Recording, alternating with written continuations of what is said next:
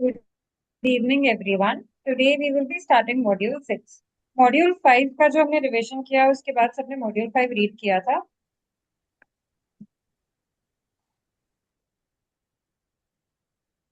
Did everybody read Module 5 after that? Ma'am sorry for disturbing, आपकी आवाज नहीं आ रही है. Yes ma'am. आवाज नहीं आ रही है मेरी. अभी आ रही है आवाज? नहीं मैम. आवाज नहीं आ रही है मैडम, मतलब उनके. Sir, audible. Are you You're able to audible, hear ma'am. me or You're not? audible, ma'am. Audible, no?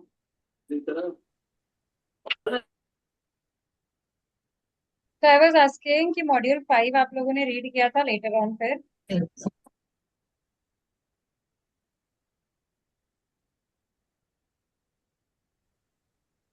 यातलं डाळिंब सोनं की साहेब आहे.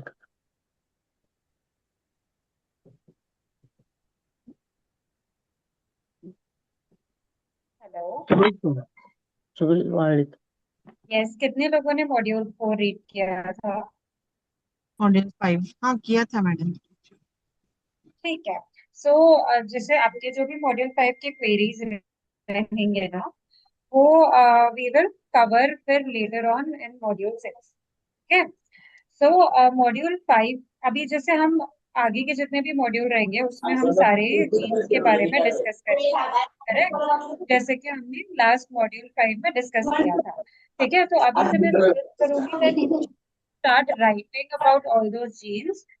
प्लीज आप सब अपने आप को म्यूट कर लीजिए. आप सारी जीन्स जो हैं वो लिखना स्टार्ट करिए अपने साथ के नोटपैड में, नोटबुक में, डायरी में, सो दैट आप लोग उसको प्रॉपर तरीके से रिवाइज कर सको. बिकॉज जैसे अभी तो सिर्फ हमने 4 जीन्स के बारे में पढ़ा है. जैसे जैसे और आगे आपके जीन्स और इंट्रोड्यूस होते जाएंगे ना, it will start being confusing for you. Okay, so I would request each one of you to be a little interactive as well in between and ask questions. अगर कहीं पर भी आपको कुछ भी नहीं समझ में आता है तो you can ask questions. It is very important to ask questions. Okay, so we will start with module 6.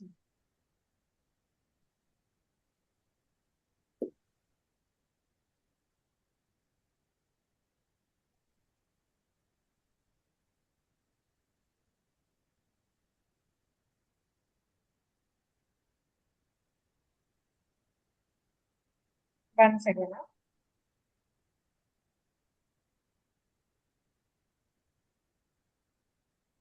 Screen दिख रही है अभी आप लोगों को मेरी?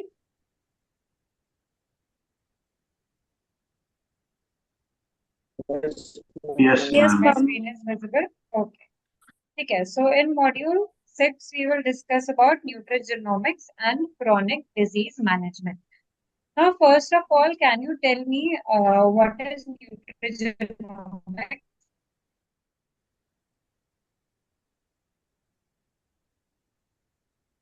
How food affects your nutrient. Okay, so Rupali ma'am के बजाय कोई और आंसर देगा. बिकॉज रूपाली मैम एंड मैंने देखा है कि हर क्लास में सिर्फ 1-2 लोग ही जो है वो आंसर करते हैं. तो और मुझे और सॉरी, भी मैं लोगों ड्राइव से भी कर रही आंसर हूँ, चाहिए. मेरा तो कोई थोड़ा मुझे मैनेज भी करना मुश्किल है. क्या? Okay, so Mangesh there in the meeting. So, madam, according to the epigenetics, there is a switch on or switch off of the gene, and we, according to the food and also genetics or genes, we can manage the particular disease. Okay, कोई और बताएगा मुझे?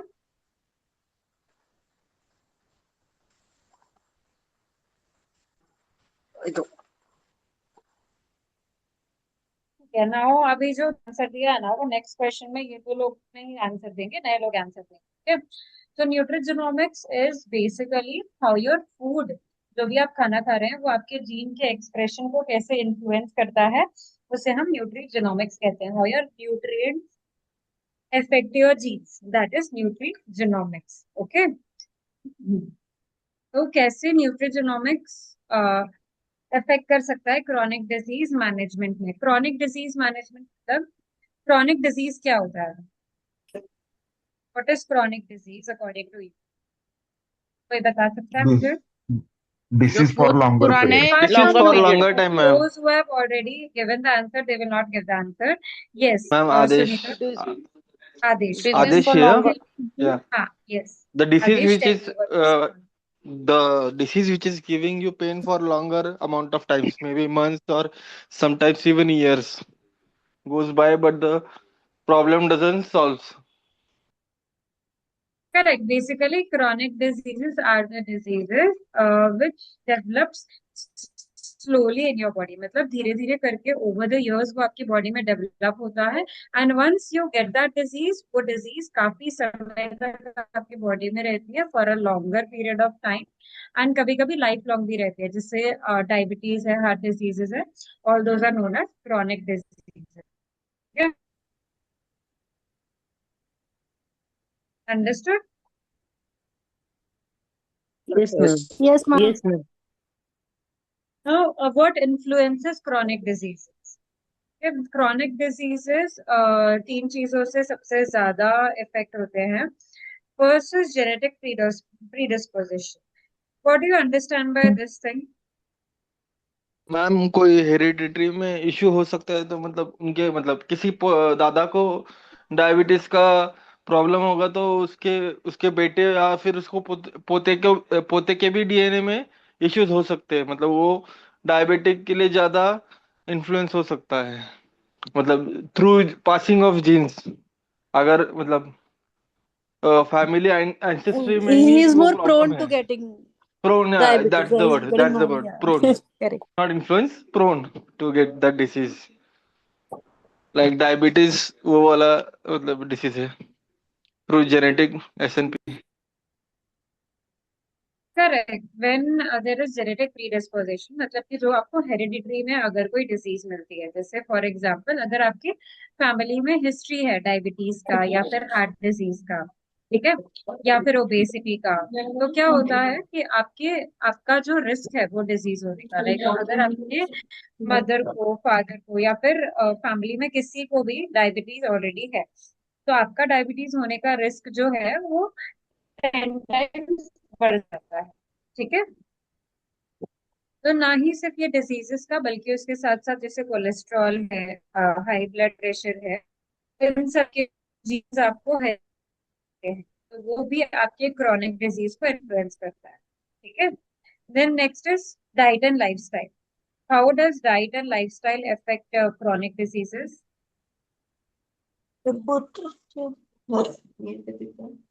Less exercise, less sleep. What do you mean by diet and lifestyle first?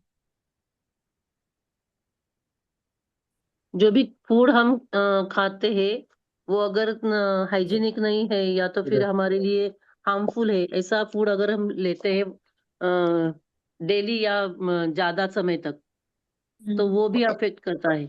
Ma'am, lifestyle में sedentary lifestyle भी हो सकती है ना, लाइफस्टाइल होती 6 to 8 hours अगर वो कंप्यूटर वर्क कर रहा है, मतलब मोर देन मतलब diet and 4-5 hours. Lifestyle, yes. So basically diet and lifestyle का मतलब होता है आपका डेली हैबिट. अब डेली हैबिट में सब कुछ आता है. आप क्या खाना खाते हैं, ठीक है, आपका दिन भर का एक्टिविटी कैसा होता है, उसमें आप कितनी देर फोन चलाते हैं, कितनी दिन एक्सरसाइज करते हैं, और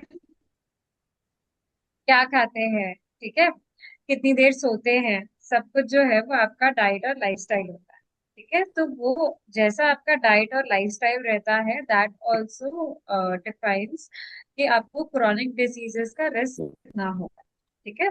डाइट में सिर्फ ये नहीं कि आप क्या खा रहे हैं, किस टाइप के फूड खा रहे हैं, the type of food, the quality of food, food की क्वालिटी के साथ साथ किस टाइम पे खाना खा रहे हैं, ये भी बहुत इंपॉर्टेंट होता है.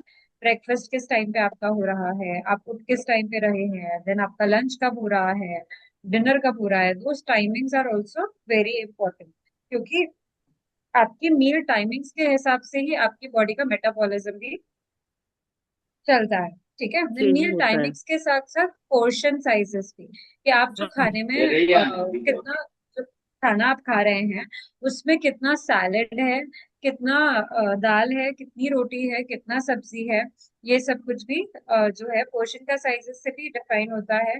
देन जो भी आप खाना खा रहे हो उसमें न्यूट्रिएंट्स कितने हैं, मतलब उसमें प्रोटीन ज्यादा है या कार्बोहाइड्रेट ज्यादा है, विटामिन है या नहीं है, ये सब कुछ भी डिसाइड होता है। ठीक है। देन हाइड्रेशन, पानी बहुत इंपॉर्टेंट है। आप पानी नहीं पियेंगे तो भी आपको डिजीजेस हो सकता है। ठीक है। अगर आप डाइट अपना बैलेंस रखते हैं तो वो आपको हेल्दी वेट मेंटेन करने में भी हेल्प करता है, आपका ब्लड शुगर मैनेज करने में भी हेल्प करता है, कोलेस्ट्रॉल मैनेज करने में भी हेल्प करता है, बॉडी में इन्फ्लेमेशन को भी कम करता है। ठीक है। अभी लाइफस्टाइल में क्या इंक्लूड होता है जो मैंने अभी बताया आपको?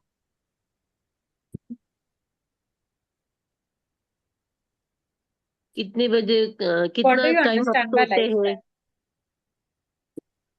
कितनी देर आप यस, आपका सोते हैं, स्लीप कितने पैटर्न बजे कैसा सोते है। हैं, उठते हाँ, हैं, और सेडेंट्री लाइफस्टाइल है या नहीं, करेक्ट कितने करेक्ट ज्यादा ज्यादा वर्क आप एनवायरनमेंट ऑन पे कैसा है, रहते हैं। मतलब पोल्यूशन है कि नहीं है, air pollution, water pollution, even light pollution की वजह से भी इश्यूज हो सकते हैं, डिसीजेस जैसे एपिलेप्टिक का जो है ना, वो लाइट सेंसिटिविटी की वजह से मतलब उसको इश्यूज होते हैं, वो भी हो सकता है। Then there is stress management also, कि आपको स्ट्रेस कितना है।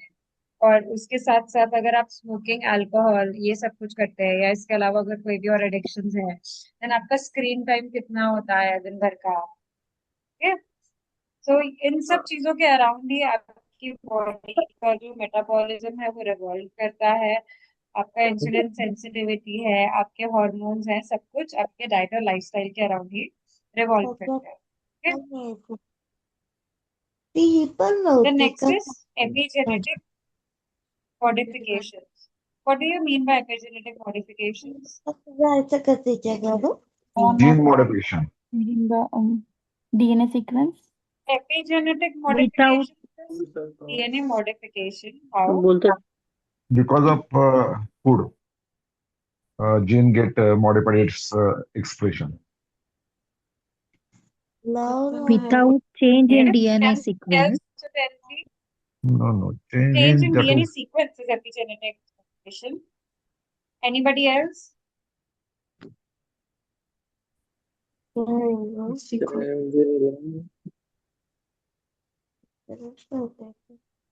तो पण चांगलाच आहे फॅट तो वरती यायचं. Dr. Mahendra, can you tell me what do you mean by epigenetic modifications?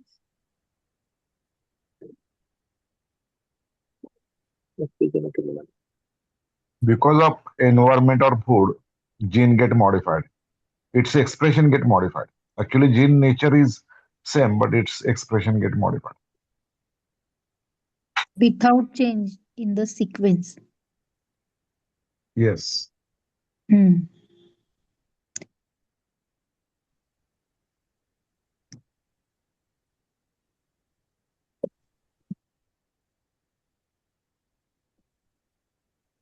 Okay. ठीक है।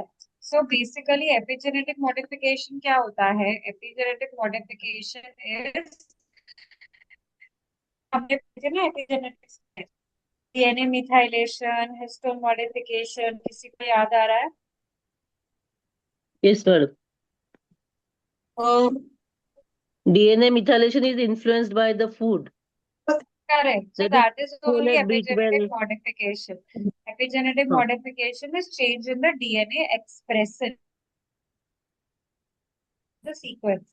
आपका जो डीएनए सीक्वेंस है वो सेम रहता है, पर आपका जो एक्सप्रेशन है वो चेंज होता है। ठीक है।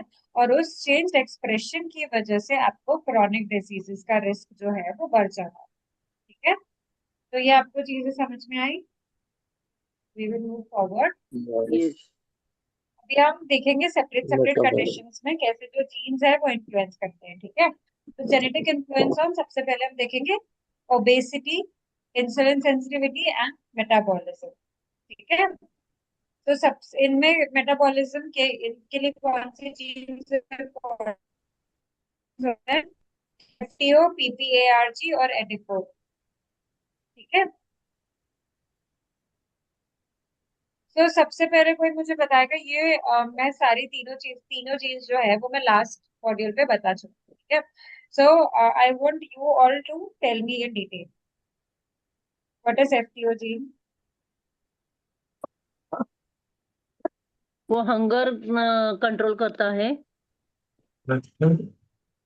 और सटाइटी भी कंट्रोल होती है एफटीओ जीन से। Correct, FTO is fat mass and obesity associated gene. ये क्या करता है? सटाइटी ये कंट्रोल आपके करता है। ये डायबिटीज आपके का रिस्क एपेटाइट बढ़ाएगा। ये आपके एपेटाइट को कंट्रोल करता है, मतलब कि हाँ। आपको कितनी भूख लगती है वो ये जीन कंट्रोल करता है। उसके साथ हम्म। साथ अब अगर ये जीन में कुछ भी चेंजेस है, कुछ भी वेरिएशन है, तो आपको भूख ज्यादा लगेगी। अब भूख ज्यादा लगेगी तो कैलोरीज का इंटेक भी ज्यादा होगा। ठीक है, तो energy intake is also regulated by the gene and then fat storage. अगर ज्यादा एनर्जी डेंस फूड खाएंगे तो उसमें से जो फैट है वो भी स्टोर होगा। ठीक है, इससे क्या होगा एट द एंड, अगर आपके एफटीओ जीन में म्यूटेशन है तो क्या होगा? ओबेसिटी बढ़ेगी। आपको भूख ज्यादा लगेगी, आप खाना ज्यादा खाओगे, ज्यादा खाना खाओगे तो वो आपको आपका वेट बढ़ाएगा। ठीक है, वेट बढ़ाएगा और उसके साथ साथ डायबिटीज का रिस्क भी जो है वो बढ़ जाता है। ठीक है,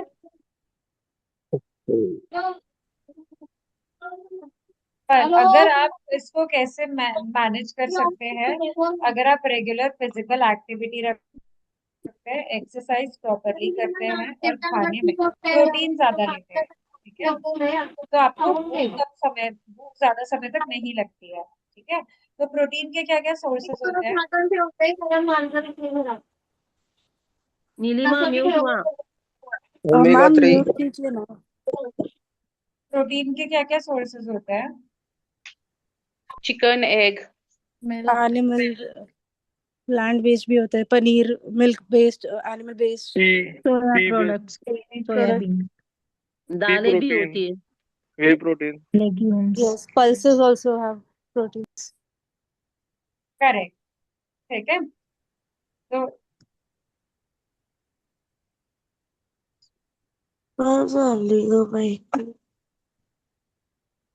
ओके, देन इसके साथ साथ पोर्शन कंट्रोल भी इम्पोर्टेंट होता है कि आप खाने में जो खा रहे हैं वो कितने पोर्शन में खा रहे हैं। ठीक है, देन नेक्स्ट जीन पर हम आए, ये फर्स्ट इज क्लियर। नेक्स्ट पे हम आते हैं पीपीएआरजी। ये भी मैंने आप लोगों को बताया, कोई मुझे बता सकता है व्हाट इज पीपीएआरजी जी? They control fat and blood sugar level. Fat control, That is paroxysm proliferation that activate the receptor on the paroxysms, and कोई that is एक the fat. बार बताएगा मुझे? Regulates fat storage, insulin sensitivity, and glucose mechanism. Glucose metabolism. Okay, so basically PPARG is peroxisome proliferative activated receptor gamma. It is a gene. ये क्या करता है, आपकी body में फैट मेटाबॉलिज्म को कंट्रोल करता है। ठीक है, लाइक हाउ जो आप फैट ले रहे हो वो कैसे मेटाबोलाइज होगा, और उसके साथ साथ आपका इंसुलिन सेंसिटिविटी को भी रेगुलेट करता है। ठीक है, तो ये इंसुलिन सेंसिटिविटी बढ़ाता है और बॉडी में फैट को नहीं होने देता। ठीक है, अगर इसमें कोई भी म्यूटेशन है तो क्या होगा, बॉडी में इंसुलिन सेंसिटिविटी कम हो जाएगी, और इंसुलिन सेंसिटिविटी कम हो गई तो कौन सी डिजीज का रिस्क बढ़ जाता है? Diabetes. Diabetes. Type 2 diabetes. Diabetes. Diabetes. Correct, तो ये हमारी डायबिटीज के जीन्स के लिए इम्पोर्टेंट है। ठीक है, डायबिटीज के साथ साथ मेटाबॉलिक सिंड्रोम भी ये बढ़ा सकता है। मेटाबॉलिक सिंड्रोम में सारे टाइप के मेटाबॉलिक डिजीजेज आते हैं, जैसे थायराइड है, ठीक है, पीसीओडी, पीसीओएस है, डायबिटीज है, हार्ट डिजीजेस है, सब कुछ इसमें आ जाता है। ठीक है, तो अभी सिंस ये फैट से रिलेटेड जीन है, तो आप इस पे क्या न्यूट्रिशनल चेंजेस करेंगे, क्या खाने पीने में लाइफस्टाइल में चेंज करेंगे अगर इस जीन में आपका म्यूटेशन है तो? fresh seasonal food, omega 3 fatty physical acid activity, fast food खाने फाइब्रस नहीं नहीं खाना है। Fibrous vegetarian diet, fast food नहीं करेक्ट खाने का है। Correct correct intake of everything is omega-3 correct. fatty acid, correct, yes, protein diet. Perfect, yes. Omega 3 fatty acid आपको किस में मिलता है? सालमन में और फ्लेक्स सीड्स में मिलता है। सालमन, flaxseed, फिश और chia उसके seed, अलावा? Chia fish seed. soybean, fish oil, fish oil walnuts. Correct. अखरोट में भी है ना ma'am? Yes, that is walnut. Walnut. Yeah, walnut. Correct. Flax. Then moving to the next gene. Next कौन सा जीन है? एडिपो। ये क्या करता है? ग्लूकोज बॉडी को में ब्रेक डाउन करता है। इन्फ्लेमेशन बढ़ाता है। आडिपोनेक्टिन बढ़ाता है। ये ग्लूकोज एंड फैटी एसिड को ब्रेक डाउन करता है। Regulate glucose. Yes.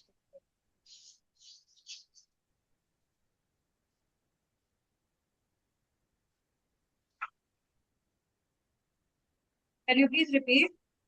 ग्लूकोज और फैटी एसिड को ब्रेक डाउन करता है।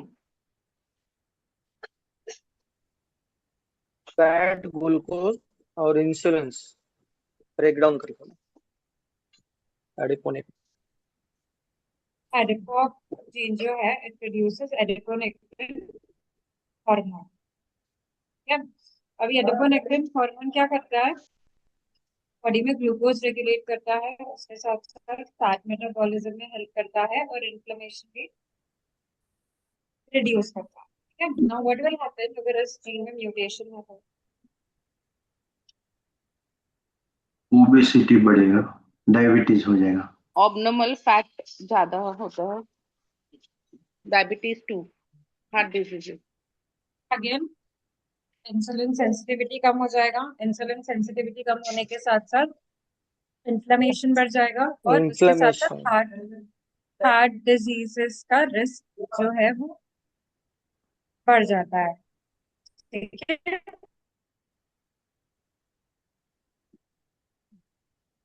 नाउ इसमें क्या हम न्यूट्रिशनल फैक्टर्स यूज करेंगे? क्या डाइट एंड लाइफस्टाइल चेंजेस करेंगे अगर इस जीन में म्यूटेशन है तो? फ्रूट्स है, एक्सरसाइज, रेगुलर एक्सरसाइज और fruits, whole food. Lifestyle change. ज्यादा करके फ्रूट्स और salads.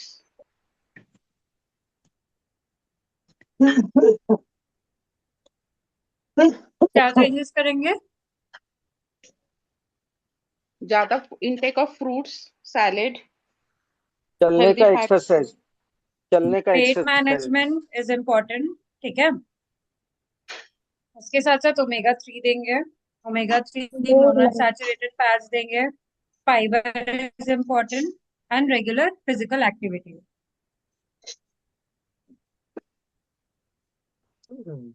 Okay.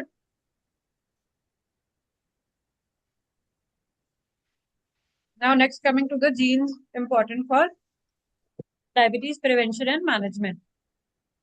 First gene is TCF7L2, that is transcription factor 7 like 2. ये क्या करता है?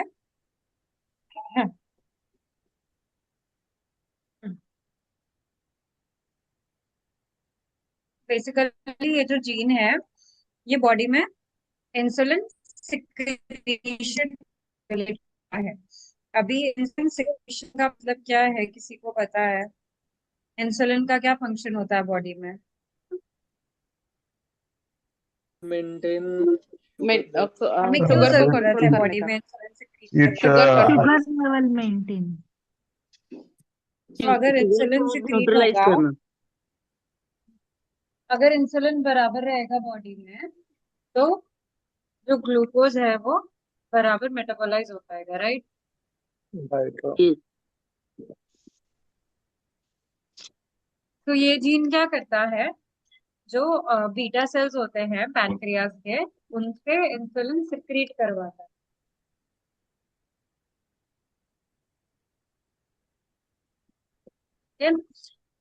पैनक्रियाज के बीटा सेल से इंसुलिन सिक्रीट करवाता है, तो अगर इंसुलिन सिक्रीट ये करवाता है तो उतना ही ग्लूकोज मेटाबोलाइज होगा प्रॉपरली। तो अगर इस जीन में म्यूटेशन है,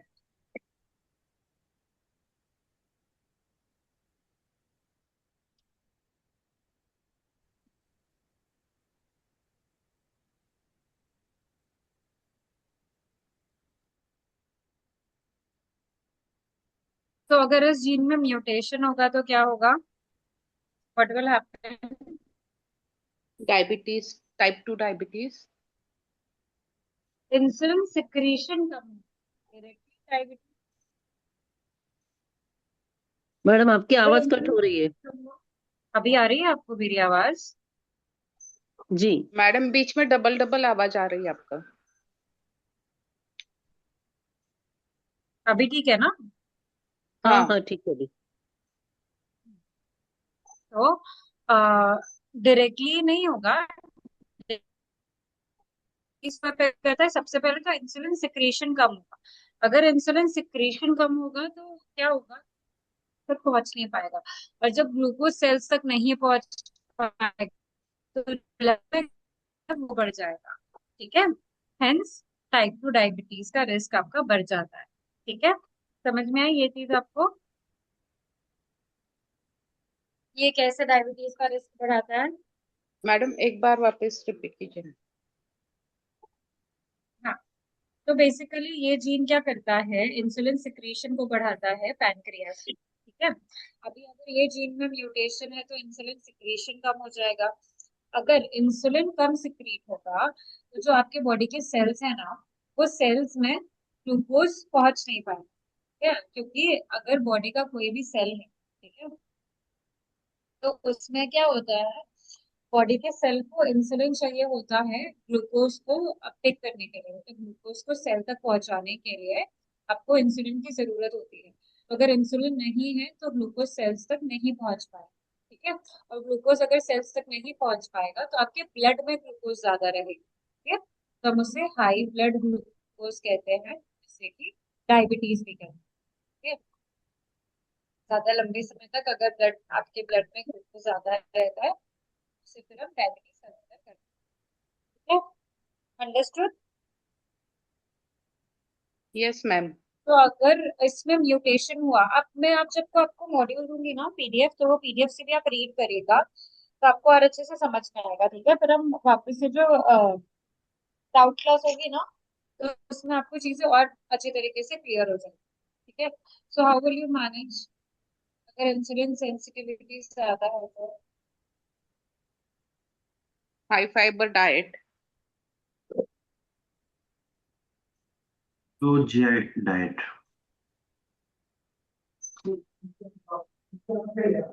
ठीक है, सो क्योंकि ब्लड में ग्लूकोज ज्यादा है तो हमें क्या करना पड़ेगा, उनको लो जीआई फूड देना पड़ेगा, राइट? लो जीआई फूड का क्या मतलब होता है? लो ग्लाइकेमिक इंडेक्स फूड।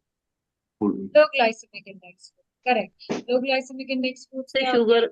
शुगर धीरे धीरे हमारे बॉडी में सिक्रेट हो जाती करेक्ट, है, तो ऐसे सेचुरेट हो हमें जाती फूड्स खाने हैं जो लो जीआई। अभी लो जीआई फूड्स कौन से होते हैं? Low GI high fibre food, Apple, है। एप्पल और गुआवा। एप्पल, ये ओट्स ओट्स कैटेगरी आपने फाइबर, बताई, उसके अलावा? ओट्स फाइबर, हाँ, whole grains fibre, whole grains में आपको फाइबर मिलता है। ठीक है, मिलेट्स जितने भी टाइप के होते हैं वो लो जीआई होते हैं। देन वेजिटेबल्स जितने भी टाइप के होते हैं वो सारे लो जीआई होते हैं, एक्सेप्ट स्टार्ची। स्टार्ची मतलब जो जमीन के नीचे होता है, जैसे आलू है, स्वीट पोटैटो है, ये सब। देन आपको और क्या करना है, प्रोसेस्ड कार्बोहाइड्रेट्स और स्वीटेड बेवरेज। प्रोसेस्ड फूड मतलब कि जितने भी पैकेज्ड फूड होते हैं, बेकरी प्रोडक्ट्स होते हैं, वो आपको अवॉइड करना है। मीठी चीजें जैसे केक है, पेस्ट्रीज है, ये सब कुछ अवॉइड करेंगे। एंड स्वीटेड बेवरेजेस जैसे कि फ्रूट जूसेस है, कोल्ड ड्रिंक्स है, ये अवॉइड करेंगे। ठीक है, अभी ये सब तो अवॉइड करने का हो गया, इंक्लूड क्या करेंगे? Magnesium and magnesium chromium rich foods. क्यों? क्योंकि ये क्या करते हैं, पैनक्रियाज के बीटा सेल से इंसुलिन सिक्रीट करने में जो है वो हेल्प करते हैं। ठीक है, ये किसमें मिलता है? बनाना, नट्स, मैग्नीशियम, होल ग्रेन्स। और अब जब भी ब्लड ग्लूकोज आ गया तो बनाना नहीं दे सकते, ठीक है, क्यों? क्योंकि बनाना जो है वो आपका ब्लड ग्लूकोज बढ़ाता है। ठीक है, तो मैग्नीशियम के लिए हम नट्स एंड सीड्स दे सकते हैं उनको, जैसे आमंड्स है, पम्पकिन है। ठीक है, आमंड्स है, पम्पकिन सीड्स है। देन ग्रीन लीफी वेजिटेबल्स दे सकते हो आप, डार्क चॉकलेट दे सकते हो। मैडम वो पंपकिन सीड्स वगैरह वैसे ही खाना चाहिए क्या, रोस्ट वगैरह करके खाना चाहिए? आप किसी भी फॉर्म में खा सकते हैं, आप नॉर्मल भी खा सकते हैं, आप रोस्ट करके भी खा सकते हैं। ओके। देन नेक्स्ट हम आते हैं SLC3088, that is a zinc transporter. ये क्या करता है बेसिकली, जो आपके बॉडी में जिंक है, ठीक है, जिंक का अपटेक बढ़ाता है, बीटा, ये जिंक को बीटा सेल्स तक पहुंचाता है। ठीक है, अभी जिंक को बीटा सेल्स तक पहुंचा, हेलो,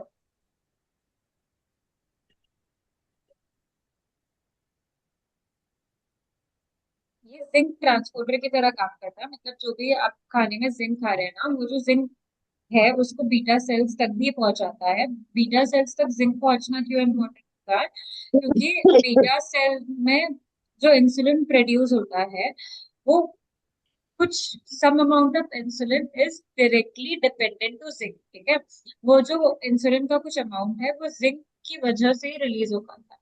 तो अगर आप खाने में, अगर जिंक पहुंच पाएगा वहां तक प्रॉपरली, तो इंसुलिन का जो सिक्रीशन है वो बढ़ जाएगा। ठीक है, so that is why zinc is required for insulin synthesis। और इंसुलिन सिंथेसिस के साथ साथ इंसुलिन को स्टोर करने के लिए भी जो है जिंक काम करता है। ठीक है, so it is required for proper insulin secretion as synthesis and secretion। ठीक है, नाउ अगर इसमें वेरिएशन है, अगर इसमें म्यूटेशन है, तो क्या होगा? Zinc will not be transported to the beta cells and which will lead to decreased insulin synthesis and decreased insulin secretion। So what can you do in that scenario? We can ensure that we are increasing dietary zinc intake। अभी क्या है, pumpkin seeds है, sesame seeds है, lentils, chickpea, nuts, whole grains। then non vegetarian food में देखें तो eggs, meet, sea food, उसमें जो है आपको जिंक अच्छे अमाउंट में मिल जाता है। ठीक है, एंड अगर जिंक का लेवल ज्यादा लो है, अगर इंसुलिन सिक्रीशन भी काफी लो है, तो जिंक के सप्लीमेंट्स भी उनको हम दे सकते हैं। The next is MTHFR, methylene tetrahydrofolate reductase। ये हमने पढ़ा था लास्ट मॉड्यूल में भी। Can somebody tell me?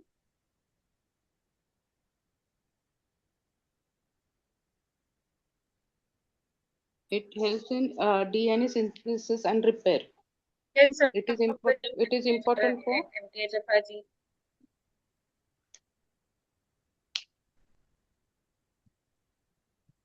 MTHFR gene क्या करता है? फोलेट मेटाबॉलिज्म के लिए काफी इंपॉर्टेंट होता है। ठीक है, जो भी आप डाइटरी फोलेट खा रहे हैं उसको एक्टिव फॉर्म में ये कन्वर्ट करता है, और उसके साथ साथ क्या करता है? DNA डिटॉक्सिफिकेशन का में भी रिपेयर हेल्प करता है। करता है। जो हाँ, होमोसिस्टीन डिटॉक्सिफिकेशन। एक्स्ट्रा प्रोड्यूस हुआ है, वो होमोसिस्टीन को मीथियोनिन में कन्वर्ट करता है। मतलब homocysteine is a toxic compound which should not be accumulated in the body, because जितना ज्यादा होमोसिस्टीन बॉडी में रहेगा, it leads to increased risk of heart diseases as well। ठीक है, नाउ अब MTHFR जीन में वेरिएशन है तो क्या होगा? MTHFR एंजाइम नहीं बनेगा और एक्टिव फोलेट में कन्वर्जन नहीं होगा। एंड इसकी वजह से आपका फोलेट साइकिल डिस्टर्ब हो जाएगा, तो रिस्क ऑफ हार्ट डिजीजेस बढ़ जाते हैं। Now what is the management factor for MTHF और जीन वेरिएशन, मिथाइलेटेड फोलेट लेना है, B6, B12, B12, B14, B6. then we need to avoid alcohol and extra folic acid के supplements नहीं. Okay. The next cardiovascular health के लिए कौन से genes important? First is ApoE, that is apolipoprotein. What it does, can somebody read it out? Transport cholesterol and lipids in the blood. Okay. So basically, ApoE जो है ना, it is a type of gene that is involved in fat metabolism. Okay. और उसके fat का metabolism करने के साथ साथ ये कोलेस्ट्रॉल के ट्रांसपोर्टेशन के लिए भी इम्पोर्टेंट है. ठीक है. ये क्या करता है, ब्लड वेसल्स के थ्रू कोलेस्ट्रॉल और ट्राइग्लिसराइड्स को जो है वो रोटेट करता है, ट्रांसपोर्ट करता है. एंड जो ब्लड वेसल्स में जो एलडीएल कोलेस्ट्रॉल और लाइपोप्रोटीन्स रहते हैं, मतलब कि जो LDL is a type of bad cholesterol जो कि आपके ये आर्टरीज में जाके जमा हो जाता है. ठीक है. ये इस एलडीएल कोलेस्ट्रॉल को ब्लड वेसल्स से निकालने में, क्लियर आउट करने में हेल्प करता है. ठीक है. एंड सेल के मेम्ब्रेन, ब्लड वेसल्स के वॉल को प्लस ब्लड सेल्स के मेम्ब्रेन को मेंटेन करके रखता है. ठीक है. So you can understand how important this gene is for heart. अगर इसमें वेरिएशन होगा तो क्या होगा, इसमें डिफरेंट टाइप्स के वेरिएंट होते हैं और सबसे जो रिस्क वाला वेरिएंट होता है दैट इज ApoE2. ये वेरिएंट क्या करता है, this variant increases LDL cholesterol in the blood vessel. LDL cholesterol जब इंक्रीज होगा तो इन्फ्लेमेशन इंक्रीज होने के साथ साथ ये आप डायग्राम देख सकते हैं, यहाँ पे ऐसे आपका जो एलडीएल कोलेस्ट्रॉल है वो ब्लड में जाके जमा हो जाता है. एंड वंस ये जमा होता है तो blood circulation decreases, and once it blocks the entire blood vessel, there is a blockage. Okay, तो blood flow नहीं हो पाता. एंड इससे आपका जो कार्डियोवास्कुलर डिजीज का रिस्क है दैट विल इंक्रीज. नाउ अभी इसका, अगर आप ये वाले जीन में म्यूटेशन है, आप क्या न्यूट्रिशनल मैनेजमेंट करेंगे? सबसे पहले तो सैचुरेटेड फैट खाना बंद करेंगे. सारी फ्राइड चीजें जो है या फिर जिसमें भी सैचुरेटेड फैट होता है जैसे घी है, बटर है, ठीक है, एंड ज्यादा ऑयली फूड जो है वो अवॉइड करेंगे. एंड गुड फैट्स का इंटेक बढ़ाएंगे जैसे omega 3 nuts and seeds. Then antioxidants intake will also increase. Antioxidant किस में मिलते हैं? टर्मरिक है, गार्लिक है, इसमें आपको काफी अच्छे एंटीऑक्सीडेंट्स मिलते हैं. साथ में बेरीज है, ग्रीन टी है, इसमें antioxidant. And fiber rich foods are also very important. Vegetables are regular. Okay. Then MTHFR और होमोसिस्टीन हमने पढ़ा था ना कि अगर MTHFR जीन में तो होमोसिस्टीन बढ़ जाता है.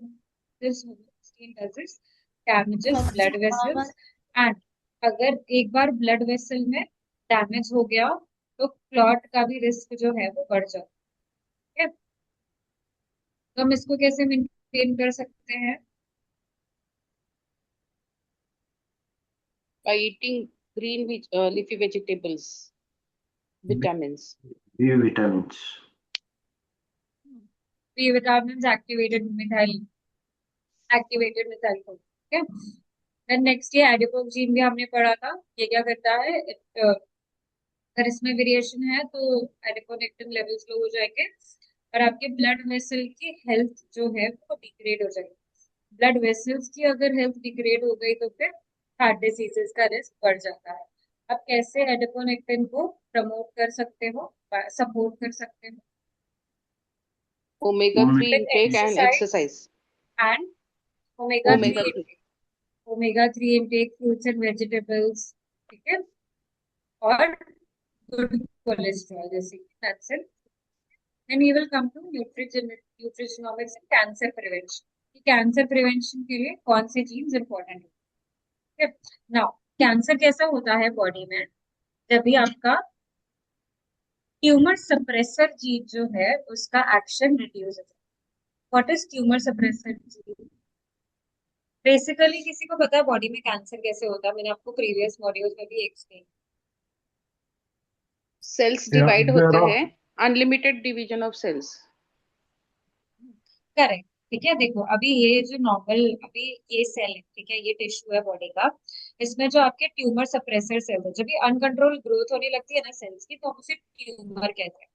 ठीक है, और जो ट्यूमर को सप्रेस करता है उसे हम ट्यूमर सप्रेसर जीन कहते हैं। अभी ये दिख रहा है नॉर्मल सेल है जिसमें कि दोनों ये जो ट्यूमर सप्रेसर जीन है ये बराबर काम कर रहे हैं। ठीक है ना, अभी आप देखोगे the second diagram, one tumour suppressor gene is mutated, तो थोड़ा ग्रोथ आपको दिख रहा है अनवांटेड सेल्स का, Yes. राइट। अभी नेक्स्ट डायग्राम, तो उसमें दोनों म्यूटेटेड जीन्स है, ट्यूमर सप्रेसर जीन दोनों ही म्यूटेटेड है, तो आप देख सकते हो कि कितना ज्यादा न्यू सेल्स का ग्रोथ हो गया। अंडरस्टूड? यस तो मैम।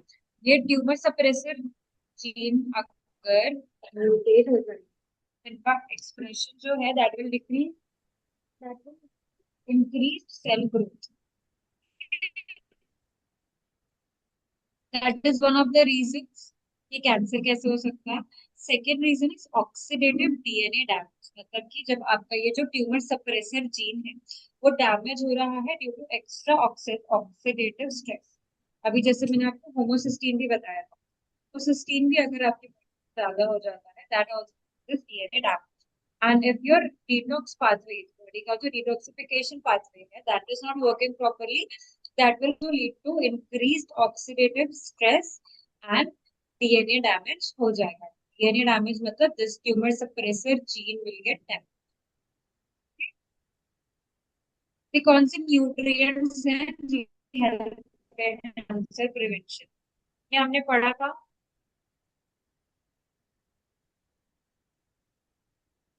सल्फोराफिन, सल्फोराफिन किससे मिलता है? ब्रोकली, केल, Brussels sprouts. What it does is it activates detoxification pathway. अभी डिटॉक्सिफिकेशन पाथवे को एक्टिवेट करता है, मतलब ऑक्सीडेटिव स्ट्रेस को कम करता है।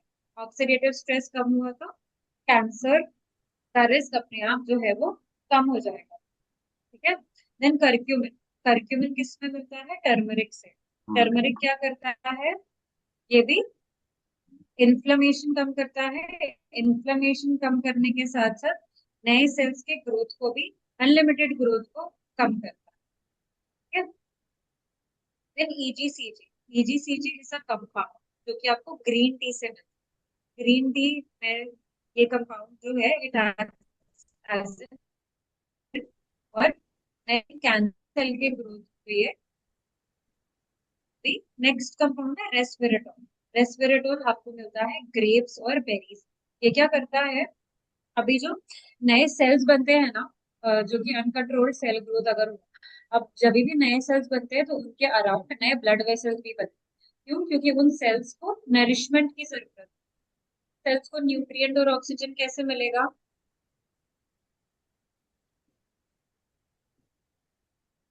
कैसे मिलेगा? नए सेल्स को न्यूट्रिएंट और ऑक्सीजन कैसे मिलेगा?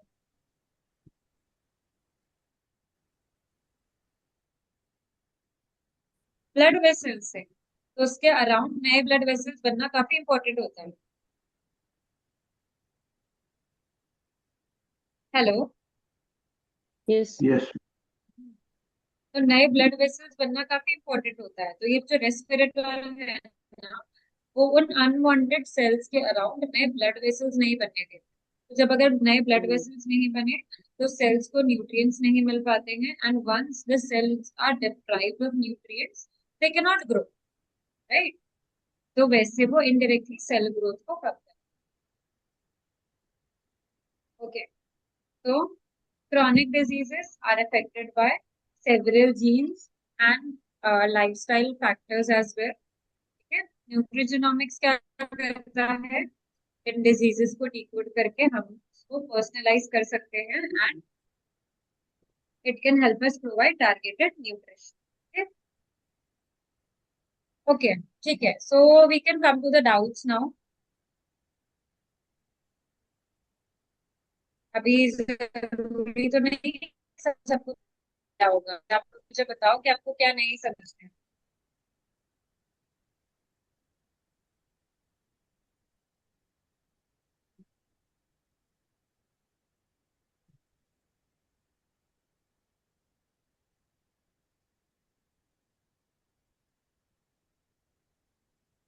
हेलो।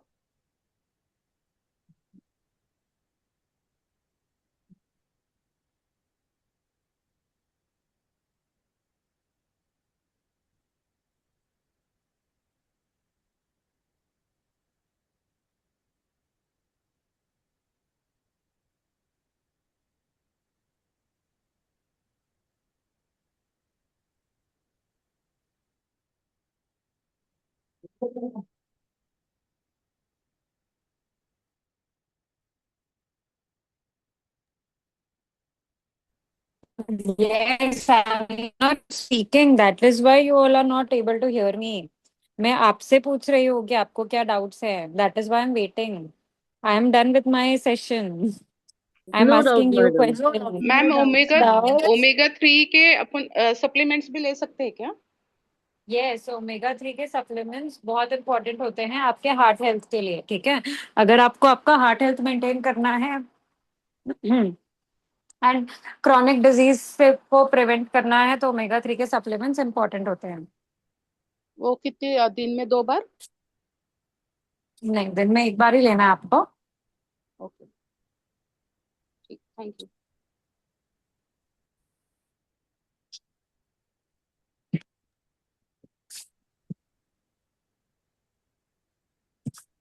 Give me 1 minute. आप लोगों के अगर और कोई क्वेश्चन है तो सोच लो। I am coming in 1 minute.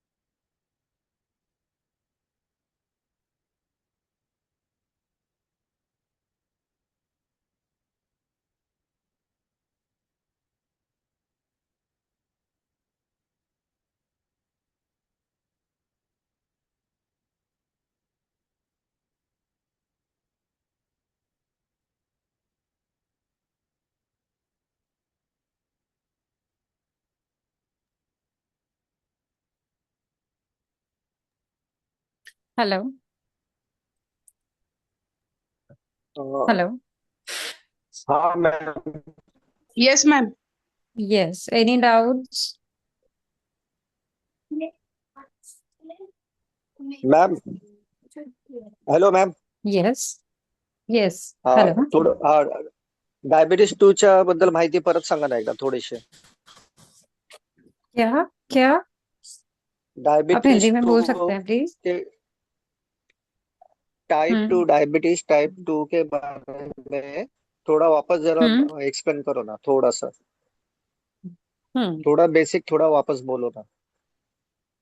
ठीक है, तो देखिए मैंने डायबिटीज के बारे में आपको क्या बताया। बेसिकली हमने इंसुलिन सेंसिटिविटी पे डिस्कस किया था। अभी अगर हम देखेंगे तो डायबिटीज क्या होता है, जब आपके ब्लड में ब्लड ग्लूकोज ज्यादा होता है।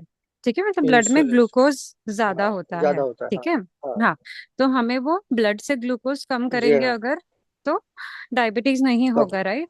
अभी ग्लूकोज ब्लड से सेल में कैसे जाता है? इंसुलिन के थ्रू। अगर बॉडी में इंसुलिन है तो ब्लड इंसुलिन से ग्लूकोज सेल में जाएगा। ठीक है, तो बस वही रिलेशन है। हाँ अगर इंसुलिन सेंसिटिविटी ज्यादा है, मतलब जो आपके सेल्स हैं वो आइडेंटिफाई कर पा रहे हैं हाँ इंसुलिन को, और वो ग्लूकोज हम्म, सेल तक पहुंचा पाएंगे। ठीक है, पर अगर इंसुलिन हाँ सेंसिटिविटी हाँ कम है तो इंसुलिन को सेल्स बराबर. आइडेंटिफाई नहीं कर पाएंगे और ग्लूकोज का अपटेक नहीं हो पाएगा। और सेम केस, अगर इंसुलिन है ही नहीं तो सेल्स यस. तक इंसुलिन पहुंचेगा ही नहीं। ठीक है, हाँ हाँ हाँ हाँ, ठीक है. Okay. Thank you ma'am. Anything else?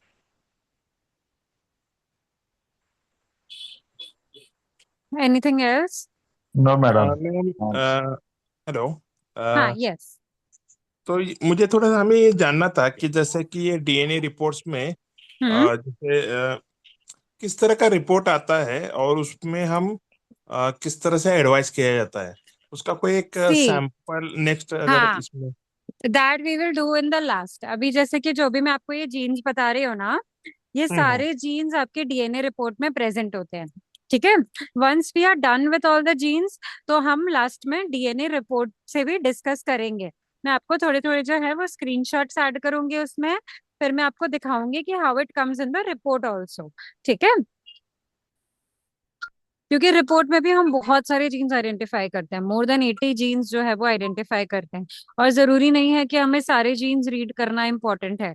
Okay, madam पर मोस्टली सब जीन्स वेरिएट में वही आता, मतलब वही रहता है कि फ्रूट्स, वेजिटेबल्स, एक्सरसाइज, तो मोस्टली यही सब ये रहता है उसका मतलब. हाँ, यस, दैट इज देयर।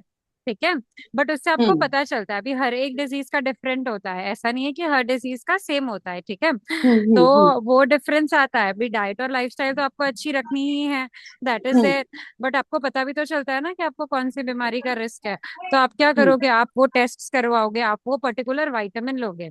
ठीक है, हम्म अगर आपको हम्म पता है कि आपको विटामिन सी कम होने का रिस्क है, तो आप हाँ. विटामिन सी वाले फूड ज्यादा लोगे, तो वो हम्म. टारगेटेड होता है, तो वो डाइट बनाने में इट हेल्प्स इन दैट वे।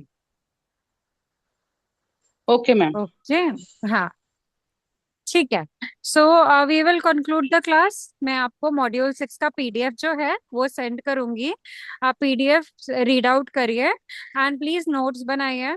जो भी डाउट्स होंगे फिर आपके, फिर हम वो नेक्स्ट डाउट क्लास में क्लियर करेंगे। ठीक है, okay ma'am. Thank you ma'am. Yes. Okay, okay, thank you, ma'am. Thank you thank हाँ, ma'am. You. Thank thank you you. Ma'am. Thank you.